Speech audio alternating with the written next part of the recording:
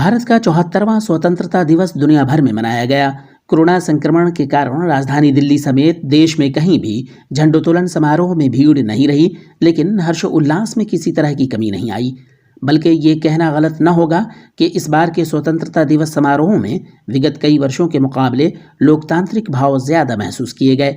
शायद इसकी वजह ये हो सकती है कि देश की बड़ी आबादी मोदी सरकार की पॉलिसियों के विरोध में खड़ी है और इस स्वतंत्रता दिवस के मौके पर सच्ची आज़ादी की खुलकर व्याख्या कर रही है। आम जनता के इस मूड को देखते हुए सीपीआईएम ने इस बार के स्वतंत्रता दिवस समारोह को संविधान संकल्प दिवस समारोह का नाम दिया और प्रधानमंत्री द्वारा दिए गए भाषण की जमकर आलोचना की। आज 15 अगस्त है, देश की आज़ादी का 74वां वर्षगांठ। आज ऐसे मौके पर हम संकल्प लेते हैं कि भारत की संविधान, भारत की आज़ादी, राष्ट्रीय एकता, जनतांत्रिक अधिकार, मानवाधिकार, धर्मनिरपेक्षता, मजदूर किसानों के अधिकार, आम लोगों के अधिकार की रक्षा के लिए हम संघर्ष करते रहेंगे। यही संकल्प लेने का दिन है। आज जो प्रधानमंत्री श्री मोदी जी ने भाषण दिया और उन्होंने लंबे चौड़े वादे किए, लेकिन जो उन्होंने कहा कि हमने किसानों की और गरीबों की जो मदद की है उसमें कोई सच्चाई नहीं है। गरीबों को सिर्फ 5 किलो अनाज और 1 किलो चना देने से काम नहीं चलने वाला है। एक तो उसको दुगना करना चाहिए, दूसरा किसानों की सम्मान राशि 6,000 नहीं, कम से कम 18,000 किया जाना चाहिए। और जो भूमिहीन हैं, गरीब हैं, उनको बसने के लिए जमीन मिलनी चाहिए। जो सरकारी जमीन है, जो पड़तिंग जमीन है, जो सीलिंग से फाजिल जमीन है, वो जमीन उनको जोतने के लिए मिलना चाहिए।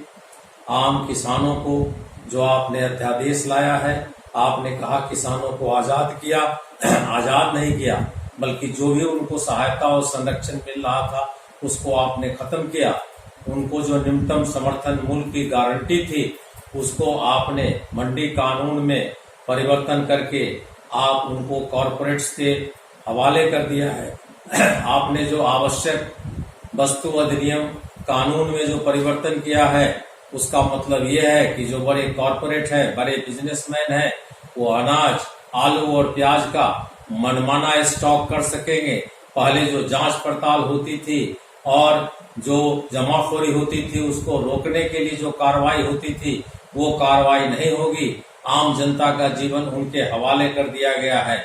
आपने जो और अध्यादेश लाए हैं किसानों के विरुद्ध, उसमें उनकी जमीन छीनी जाएगी, ठेका खेती होगा और खेती के क्षेत्र में कॉरपोरेट्स आएगा, आम किसान उसके गुलाम हो जाएंगे।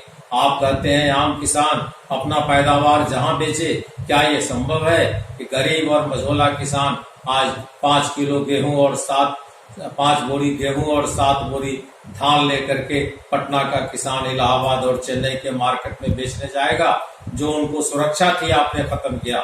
आपकी हिम्मत हो तो एक अध्यादेश लाइए कि सरकार जो न्यूनतम समर्थन मूल्य तय करती है, हालांकि आप कम तय करते हैं, फिर भी आप कानून बनाइए कि उससे कम पर जो खरीदेगा उस पर कानूनी कार्रवाई होगी और उसको जेल जाना होगा। लेकिन ये आपकी हिम्मत नहीं है, क्योंकि आप कॉरपोरेट्स और विदेशी कंपनियों के हाथ में खेल रहे हैं और मजदूर किसानों को उनके हवाले कर रहे हैं। और जो लोग विरोध करता है, जो लोग आवाज उठाता है, उनको झूठे मुकदमे लगाए जाते हैं, उनको जेल में डाला जाता है, उनकी आवाज बंद की जाती है। इस अघोषित आपातकाल का हम विरोध करते हैं। इंकलाब जिंदाबाद।